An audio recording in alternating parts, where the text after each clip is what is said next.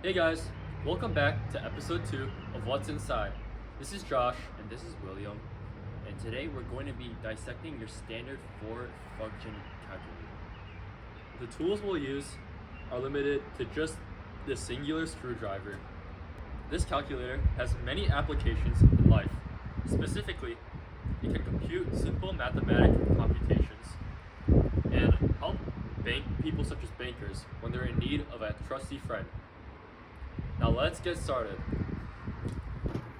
Now, let's begin the disassembly.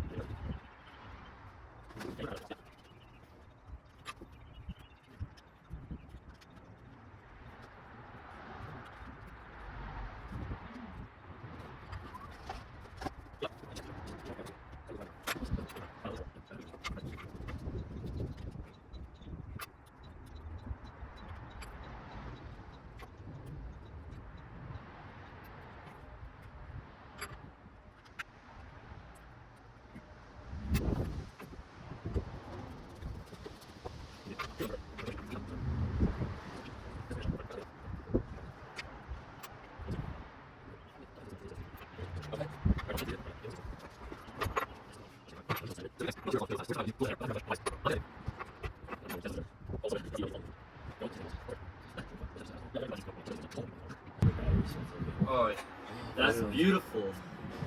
That's a beautiful PCB board. PCB. Look at how pretty it is.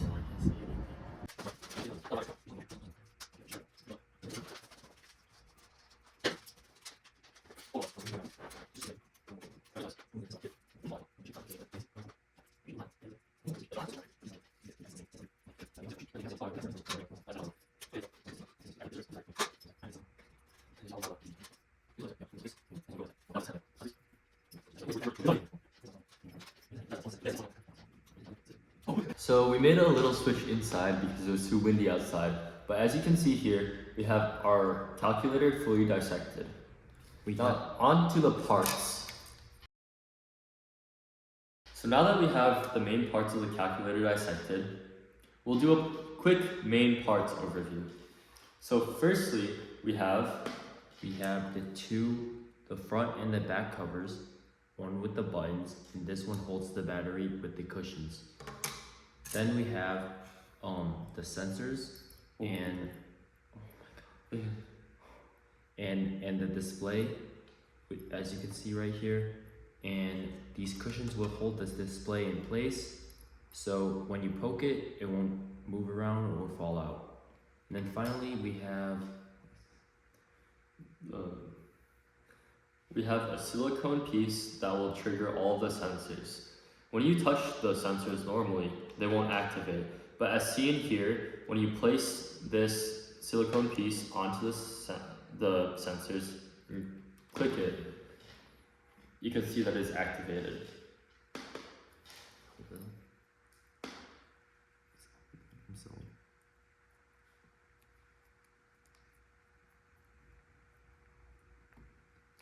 All of these pieces play a key role in the function of the calculator. For example, these will activate the silicone sensors.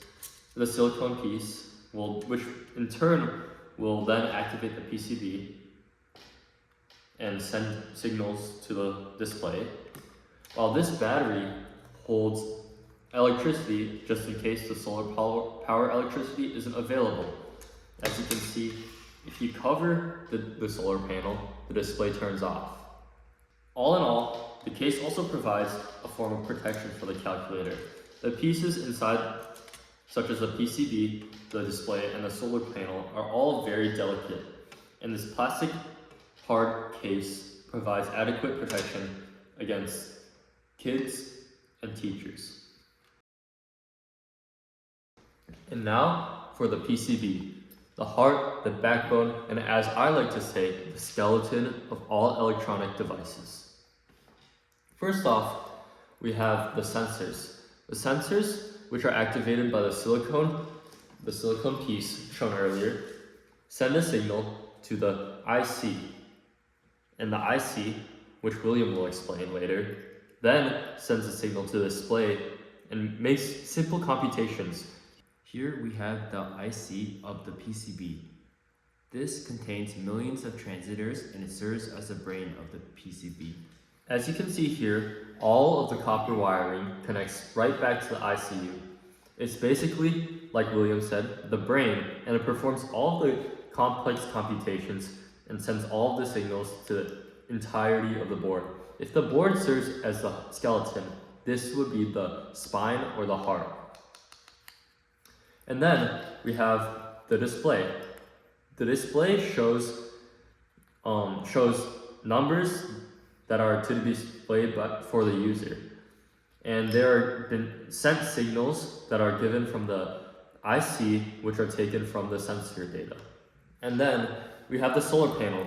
The solar panel provides basic electricity to power the entirety of the PCB in the display. Here you can see the C1 and C2 capacitors.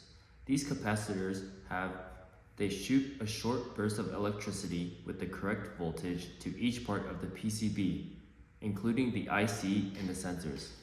And as seen here, there are no resistors on this entire PCB, which means that these sensors accurately fire the correct amount of electricity to each part of the PCB.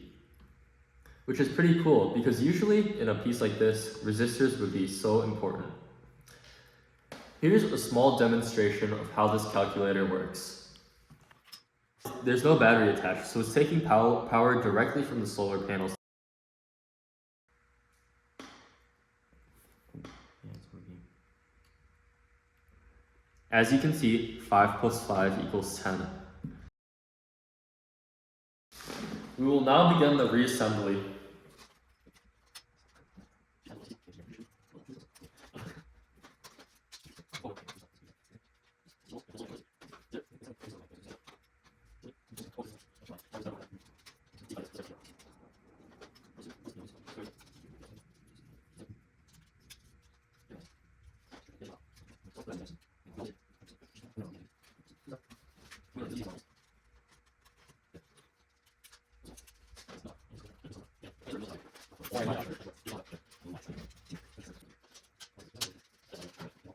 As you can see, a fully assembled calculator without the buttons because they all fell out.